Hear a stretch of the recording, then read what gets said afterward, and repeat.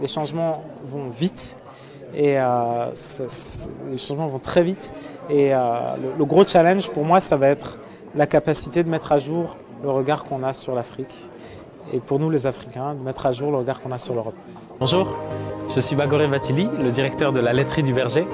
Et on vend nos produits laitiers sous la marque d'Olima. Ici même, on est à la ferme de la laiterie.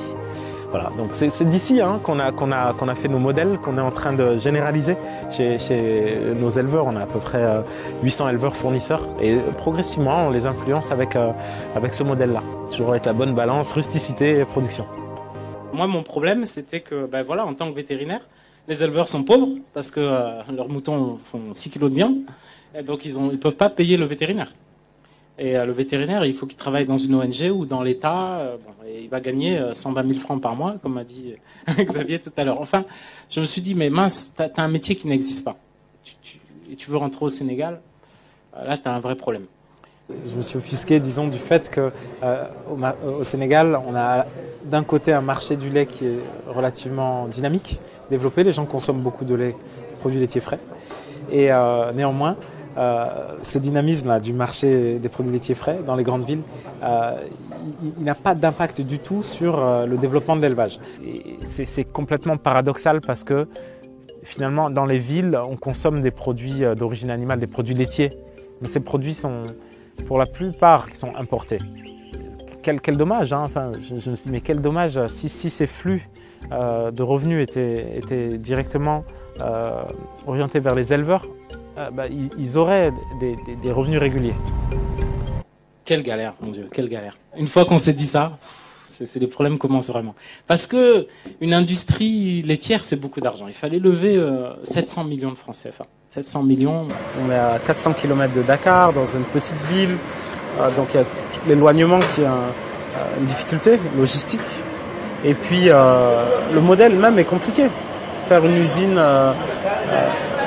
qui base son approvisionnement sur des centaines de tout petits éleveurs traditionnels qui n'avaient jamais vendu du lait, monter une compétence industrielle avec une équipe locale ici, tout ça c'était des défis énormes. Il y avait personne qui avait collecté du lait comme la laiterie, tout le monde disait c'est pas possible. Jusqu'à aujourd'hui, il y a des gens qui disent c'est pas possible. Et pourtant, on avait une vision de comment on allait le faire et on a bien montré que c'était possible. Il y a une voiture qui était notre ancien système de collecte et on essaye aujourd'hui de passer de plus en plus à des plus petites unités de collecte. Donc on appelle ça la collecte light. La collecte light, c'est-à-dire on a des unités qui coûtent moins cher, qui consomment moins de gasoil, moins de maintenance et donc ça baisse le coût fixe d'un axe de collecte. La chance qu'on a eue, l'équipe à la base du projet était très entrepreneuriale, jeune. Moi-même, j'avais 27 ans. J'étais entouré de mes associés familiaux, un industriel, une fille qui avait un profil commercial, marketing. Mais il nous manquait sans doute un profil vraiment financier. Donc, on n'avait pas beaucoup de fonds propres, un business plan très entrepreneurial et on a eu la chance de tomber sur une société d'investissement française qui s'appelle IEP Développement.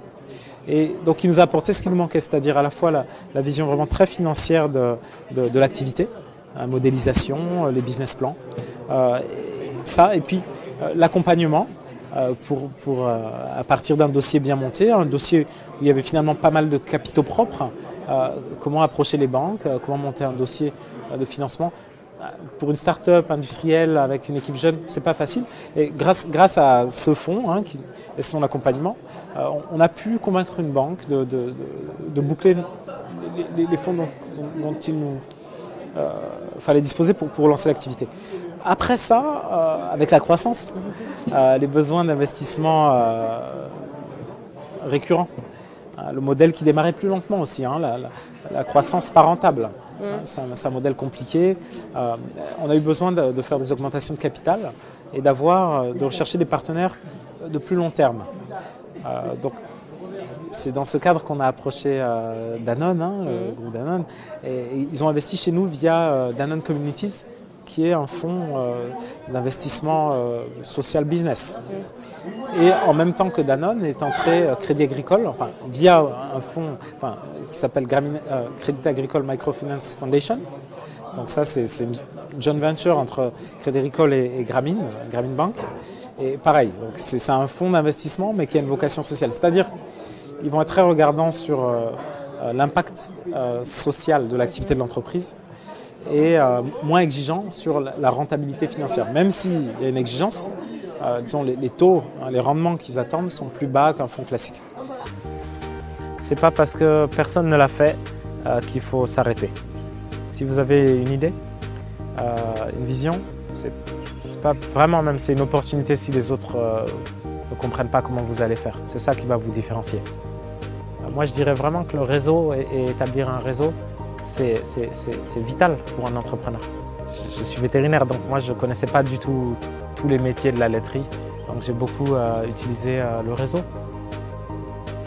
Si on réussit, ça prend beaucoup de temps, finalement, plus de temps. Et donc, il faut pouvoir durer sur le temps long. Et ça, il faut un équilibre. Ce n'est pas juste une question d'effort. C'est vraiment se connaître. J'ai commencé à courir, par exemple. Ça m'a beaucoup aidé à trouver la bonne balance, le bon équilibre. On est en train de construire nos marques de produits alimentaires. On a de plus en plus de citadins. On a une classe émergente, une classe moyenne émergente qui achète des produits maintenant dans les boutiques et qui recherche une certaine qualité. Même si l'informel est très présent, l'informel lui-même va être soumis aux mêmes règles de qualité finalement que nous. Ça prendra le temps, mais bon, ça prendra le temps, mais on y viendra donc. Objectivement, je pense que, moi je suis convaincu que c'est le moment pour l'émergence de grandes entreprises agroalimentaires dans nos pays.